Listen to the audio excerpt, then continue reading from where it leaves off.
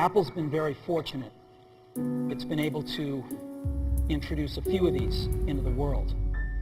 In 1984, we introduced the Macintosh.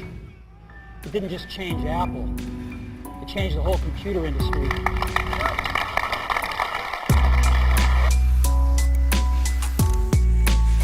In 2001, we introduced the first iPod.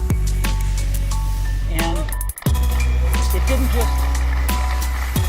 didn't just change the way we all listen to music. It changed the entire music. An iPod, a phone, and an internet communicator. An iPod, a phone. Are you getting it?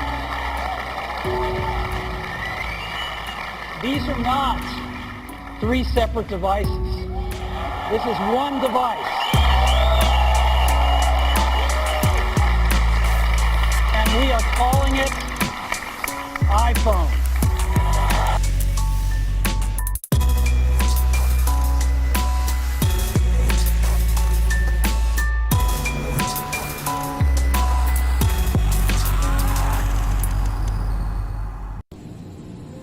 What are some of the benefits of modern day technology? Technology provides us with amazing tools we did not have 15 years ago, 10 years ago. Access to great amounts of data. I can learn anything all the time.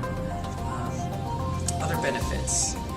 I can get data. I can communicate with people around the world. I can make movies really fast. I can create. What else can I do with technology? Geez, video conferencing. This is like Star Trek come to life. What are some downsides of technology? Just like with any tool, you can misuse the tool. You can create damage. You can hurt yourself. You can hurt others with tools.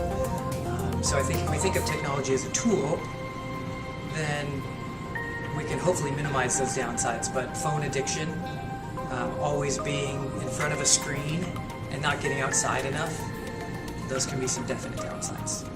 Would you say most of your students or some are addicted to their phones? Absolutely.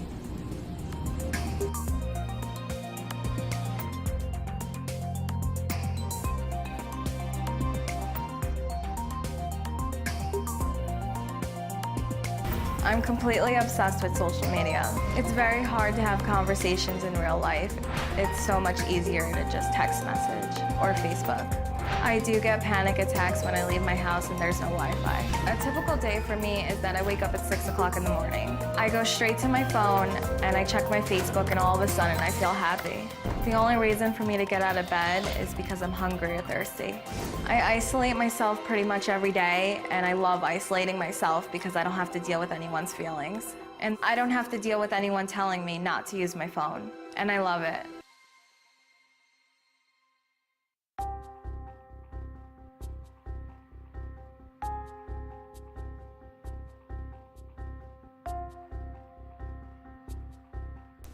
Hey Hatcher, do you use social media?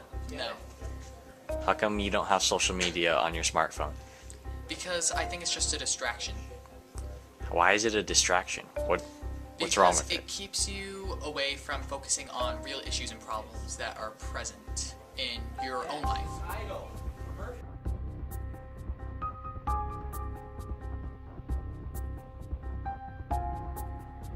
So how many phones have you taken away This year, I think I'm on 23 phones. 23 phones. Why do you take away their phones?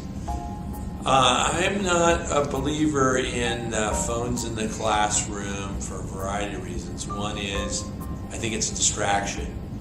If your lesson's going on, you don't need to be texting someone or doing your math homework or whatever. But I think maybe more important than that, I think it's just common courtesy.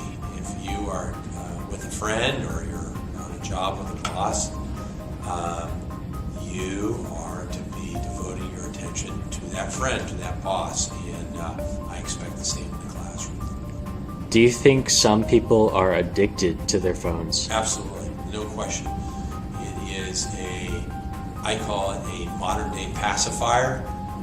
Just like a baby, you put a pacifier in its mouth, it's quiet. You give a class a bunch of phones, it goes quiet. I hand out these Chromebooks or phones, and this classroom is silent. And I don't necessarily think that's a great thing. I like students interacting with one another.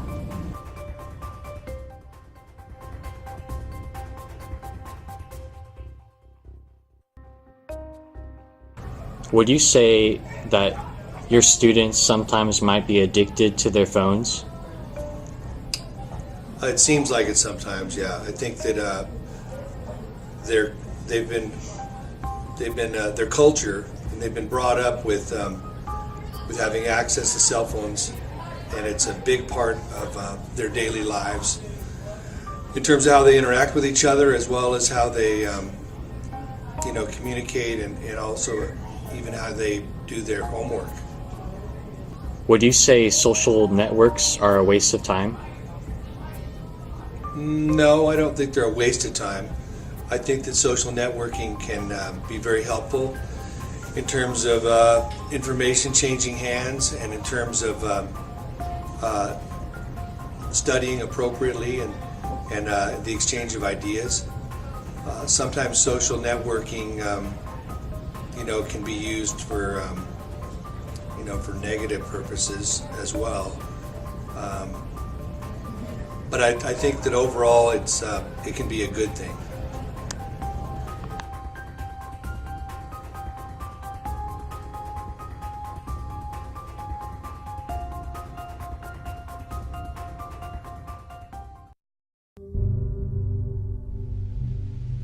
I'm sorry, but I don't want to be an emperor. That's not my business. I don't want to rule or conquer anyone. I should like to help everyone if possible. Jew, Gentile, black man, white. We all want to help one another. Human beings are like that. We want to live by each other's happiness, not by each other's misery.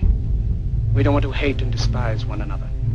In this world there's room for everyone, and the good earth is rich and can provide for everyone. The way of life can be free and beautiful, but we have lost the way. Greed has poisoned men's souls, has barricaded the world with hate, has goose-stepped us into misery and bloodshed. We have developed speed, but we have shut ourselves in. Machinery that gives abundance has left us in want. Our knowledge has made us cynical, our cleverness hard and unkind. We think too much and feel too little. More than machinery, we need humanity.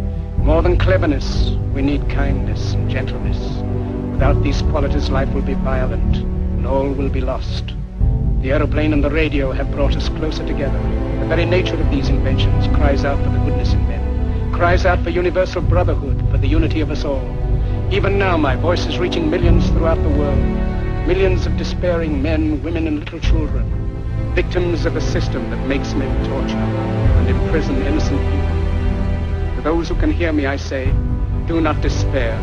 The misery that is now upon us is but the passing of greed, the bitterness of men who fear the way of human progress. The hate of men will pass, and dictators die, and the power they took from the people will return to the people. And so long as men die, liberty will never perish.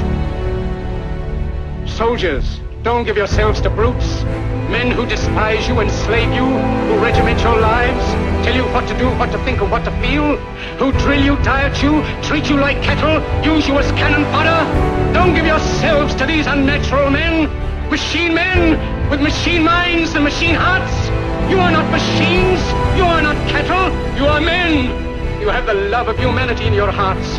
You don't hate, only the unloved hate, the unloved and the unnatural. Soldiers, don't fight for slavery, fight for liberty. In the 17th chapter of St. Luke it is written, the kingdom of God is within man, not one man nor a group of men, but in all men, in you. You, the people, have the power to create machines, the power to create happiness. You, the people, have the power to make this life free and beautiful, to make this life a wonderful adventure. Then in the name of democracy, let us use that power. Let us all unite. Let us fight for a new world, a decent world, that will give men a chance to work, that will give youth a future and old age a security. By the promise of these things, brutes have risen to power, but they lie. They do not fulfill that promise. They never will. Dictators free themselves, but they enslave the people. Now let us fight to fulfill that promise. Let us fight to free the world, to do away with national barriers, to do away with greed, with hate and intolerance. Let us fight for a world of reason, a world where science and progress will lead to all men's happiness. Soldiers, in the name of democracy, let us all unite!